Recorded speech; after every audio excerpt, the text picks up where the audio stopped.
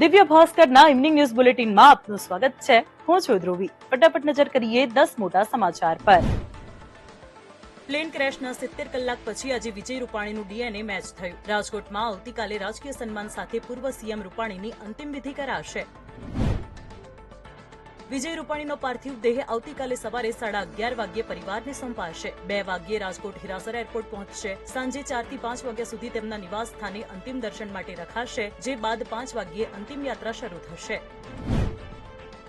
તો બીજી તરફ વિજય રૂપાણીના રાજકોટના ઘરે તેમના અંતિમ દર્શનની તૈયારી કરવામાં આવી, તેમજ પોલીસે અંતિમ યાત્રાના 1 કલાક પહેલાથી જ રસ્તાઓને બંધ કરવા માટેનું જાહેરનામું બહાર પાડ્યું। પ્લેન ક્રેશના ચોથા દિવસે અમદાવાદ સિવિલ હોસ્પિટલમાં આજે બપોર સુધીમાં 42 મૃતદેહોના ડીએનએ સેમ્પલ મેચ થતા 16 મૃતદેહ તેમના પરિવારજનોને સોંપવામાં આવ્યા। તો બીજી તરફ સ્વજનનો મૃતદેહ લેવા આવેલા પરિવાર આઘાતમાં છે, જેથી અમદાવાદ સિવિલમાં 3 જગ્યાએ પરિવારો માટે કુલ 9 લોકોની આખો વિડીયો જોવા માટે ડાઉનલોડ કરો દિવ્ય ભાસ્કર એપ।